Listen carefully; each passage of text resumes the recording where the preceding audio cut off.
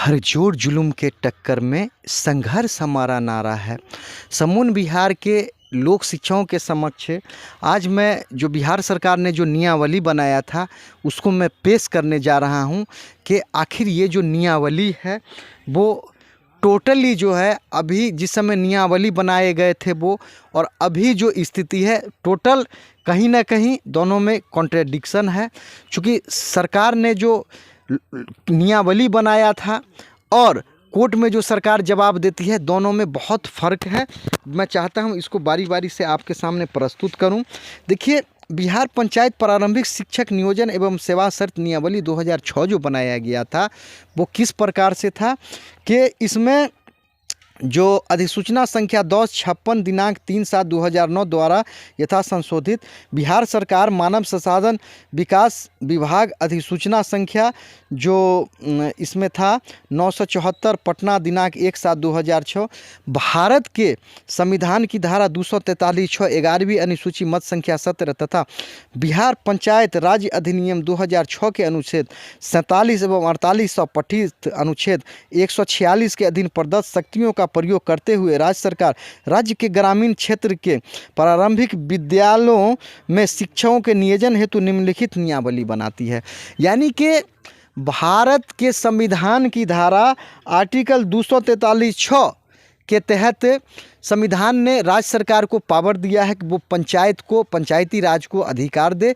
उसी के तहत यानी उसी अधिकारों के प्रदत्त शक्तियों का प्रयोग करते हुए बिहार सरकार ने बिहार पंचायत प्रारंभिक शिक्षक नियोजन एवं सेवा शर्त नियमावली 2006 बनाया था। इसमें है प्रस्तावना संविधान की धारा 21 क के अंतर्गत 6 से 14 आयु वर्ग के बच्चों की शिक्षा उनका मौलिक अधिकार हो गया है।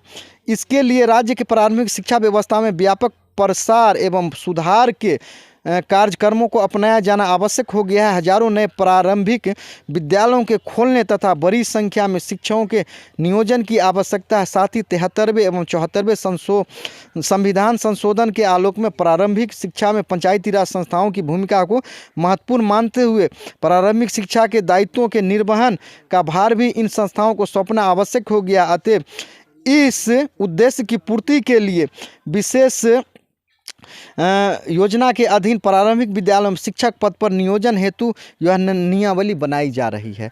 यानी कि क्या है कि सर्व शिक्षा अभियान इसी के तहत बनाया गया था। चूँकि संविधान की धारा 21 क के अंतर्गत 6 से 14 आयु वर्ग के बच्चों का शिक्षा मौलिक अधिकार के तहत आ गया। तो ये जो बिहार सरकार है इसी के आलोक में नियमावली बनाई थी, जिस नियमावली के नियम 4 के 2 में वो ऐसा वर्णन कर रही है कि पंचायत प्रारंभिक शिक्षकों का नियोजन नियम 4 1 में प्रखंड शिक्षकों का नियोजन एवं मध्य विद्यालय में पंचायत समिति के द्वारा तथा पंचायत शिक्षक का नियोजन प्राथमिक विद्यालय में ग्राम पंचायत के द्वारा किया जाएगा। उसके अलावा नियम 2 शिक्षकों की अध्यपेक्षा के अनुसार दोनों स्तरों पर कोटिवार प्रशिक्षित एवं अप्रशिक्षित अभ्यर्थियों का पैनल अलग अलग तैयार किया जाएगा। सर्वप्रथम प्रशिक्षित शिक्षकों का नियोजन किया जाएगा। अवशेष रिक्तियों पर अप्रशिक्षित शिक्षकों का नियोजन किया जा सकेगा, परंतु अप्रशिक्षित उम्मीदवारों की मेधा सूची तैयार करने में सरकार द्वारा पूर्व में संचालित लोक शिक्षण केंद्रों के लोक शिक्षक, विद्यालय में पढ़ाने वाले पूर्व के शिक्षा मित्र, अनौपचारिक शिक्षा के अनुदेशक तथा बिहार शिक्षा परियोजना द्वारा संचालित प्रयास केंद्र, अंगना, अपना विद्यालय, बाल वर्ग एवं वैकल्पिक शिक्षा केंद्रों में शिक्षा कार्य का अनुभव प्राप्त कर्मियों को सम्यक अधिभार वेटेज दिया जाएगा।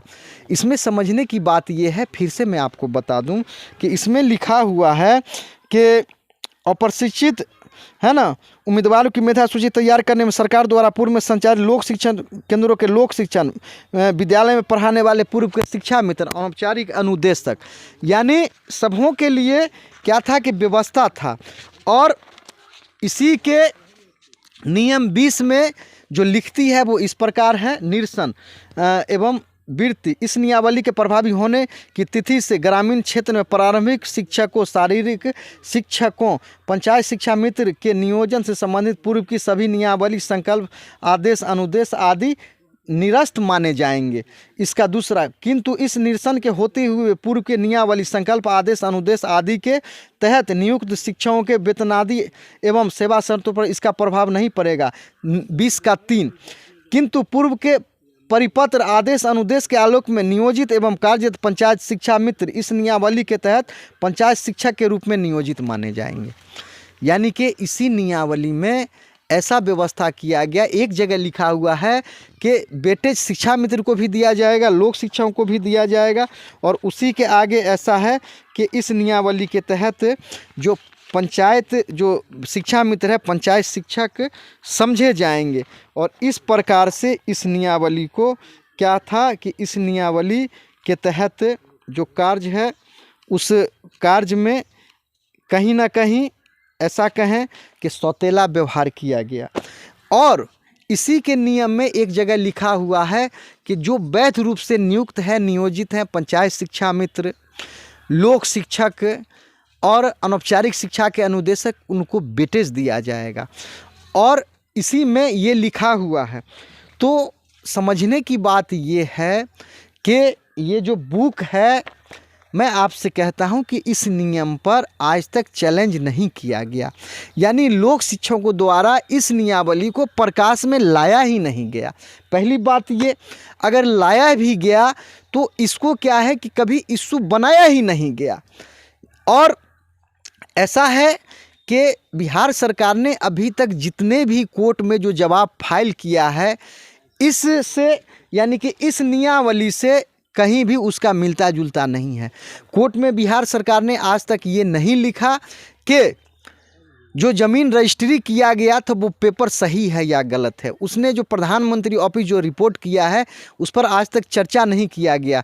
आखिर ये नियमावली बनाया गया सरकार द्वारा, ये सही है या गलत है, बिहार सरकार ने कभी भी इस पर चर्चा नहीं किया। इसका जो कारण रहा, कारण जो भी हो, लेकिन सत्य ये है कि 2006 में लोक शिक्षक का पद समाप्त हुआ। 2008 से लोक शिक्षकों ने कोर्ट में केस लड़ना शुरू किया। उसके बाद क्या है कि अभी तक 2024 तक बहुत से लोक शिक्षकों का मामला एलपीए तक लड़ा गया। एलपीए तक लड़ने के बाद सुप्रीम कोर्ट में जाया जाता है, लेकिन लोक शिक्षक सुप्रीम कोर्ट जाने के बजाय फिर क्या हुआ, वो घर जाना पसंद किए। जो दावा कर रहे थे उनका दावा अभी तक खोखला साबित हुआ। तो अब चूँकि क्या है कि इन्हीं कमियों को दूर करते हुए अभी एक लोक शिक्षक सुप्रीम कोर्ट ग्रुप बनाया गया है, जिसका उद्देश्य है कि संपूर्ण बिहार से जो भी लोक शिक्षक जिनको ऐसा लगता है कि मुझे अंत तक लड़ना चाहिए, सुप्रीम कोर्ट के पोर्टल पर अविलंब जाना चाहिए, उनको ध्यान में रखकर एक ग्रुप बनाया गया है, लोक शिक्षक सुप्रीम कोर्ट ग्रुप, जिसका मोबाइल नंबर है 6200662773 6200662773 ये मोबाइल नंबर है। इस पर आप हाई करके लोक शिक्षक अपना नाम लिखकर और लोक शिक्षक करके भेजेंगे, मैं इस पर लिंक भेज दूंगा, आप ग्रुप में जुड़ जाएंगे। चूँकि एलपीए अभी पटना हाई कोर्ट में जो है वो महत्वपूर्ण स्टेज में पहुंच गया है और इसमें मिहिर कुमार झा साहब का जो आदेश है उसी को ग्राउंड बना के आगे बढ़ा जा रहा है। तो निर्णायक स्टेज में अगर इसका आदेश आ जाता है तो जो भी छूटे बढ़े हुए हैं लोक शिक्षक, उनको लेकर आगे बढ़ने का चांसेस बनता है। जैसे ग्रुप में कमेंट आता है कि सर पिटिशनर यानी पिटिशनर कैसे बना जाएगा सर, ऐसा हुआ वैसा हुआ। उनसे मेरा निवेदन है कि आपको कुछ भी सोचना नहीं है। जो ही इसमें अगर आदेश आता है तो बिहार के जो भी पढ़े लिखे लोक शिक्षक हैं, समझदार हैं, उनसे विचार विमर्श किया जाएगा और विचार विमर्श करने के बाद जो उचित निर्णय होगा, जो भी लिया जाएगा, जत्था में लिया जाएगा, सबों के हित के लिए लिया जाएगा। तो राजेंद्र जी अभी छपरा सारण से ग्रुप में जुड़ चुके हैं। मधुबाला जी से कहना है कि आप भी जुड़ जाइए, औरों को भी जुड़वा दीजिए। इसी प्रकार से और भी जो भी लोक शिक्षक जो सक्रिय हैं, जो लड़ना चाहते हैं, जो नहीं लड़ना चाहते हैं उनके लिए कोई बात नहीं है। जो लड़ना चाहते हैं ग्रुप में 1025 पहले मर्तबा मुझे जुड़ने का उम्मीद है, फिर जो और भी होगा देखा जाएगा। तो इस प्रकार से जो भी बिहार के लोक शिक्षक हैं, आपका मैं समझता हूं जो भी महत्वपूर्ण पहलू है उस पर अभी तक चर्चा नहीं किया गया और जो भी लड़े हैं लोक शिक्षक, मैं उनको धन्यवाद देता हूं। लेकिन आपने अगर कुछ लिया या नहीं लिया, लेकिन आपने अपना समय खुद बर्बाद कर लिया और आप अपना समय बर्बाद किए। चूँकि मुझे अनुभव था जब लोक शिक्षकों का ऐसा था कि जब मुंबई से आया था, सबों को यूनाइट करने का कोशिश किया था। लोक शिक्षक खुद क्या हुए, यानी कि गलत दिशा में गए और गैर कानूनी तरीके से वो गंगा स्नान करने के लिए गए। फिर क्या हुआ कि टुकड़े टुकड़े में पिटिशनर बने और डिसिप्लिन का उन्होंने पालन नहीं किया। यही सब उनके हार का वजह रहा। तो पुरानी जो कमियां हैं, पुरानी जो गलतियां हैं, उससे सीखते हुए अब जो भी हम निर्णय लेंगे जत्था में लेंगे। हम कोशिश करेंगे कि संपूर्ण बिहार के लोक शिक्षकों का कल्याण हो, उसके लिए कोशिश करेंगे। चूँकि उस समय क्या था कि ऐसा था कि द्रोह काल चल रहा था। जब मैं गर्दनी बाग धरना स्थल पर था तो द्रोह काल चल रहा था। किसी तरह मान के चलिए बचा के मैंने भले ही कछुए के ही चाल से सही केस को आगे बढ़ाने का कार्य किया हूं। आने वाले दिनों में इसको और स्पीड पकड़ाना है। तो अब चूंकि जो पुरानी गलतियां हुई है उसको दोहराना नहीं है और हमको आपको सबों को अनुभव हो गया है, एक्सपीरियंस हो गया है। पुरानी जो हम लोग अनुभव हासिल किया है उससे शिक्षा लेकर आगे बढ़ेंगे और सबों का कल्याण हो। जैसा कि एक मैं आपको कहानी सुनाता हूँ। मुंबई में एक ऐसा केस, एक ऐसा मिसाल बना जिसमें क्या था कि एक निर्दोष आदमी को रेप केस में फंसा दिया गया। चूँकि वो स्टेशन से होकर गुजरता था और उसी रास्ते में क्या हो गया कि एक लेडीज का रेप हो गया। पुलिस ने आनन फानन को उस व्यक्ति को पकड़ के जेल में बंद कर दिया। उनको जेल में बहुत दिनों तक रहना पड़ा।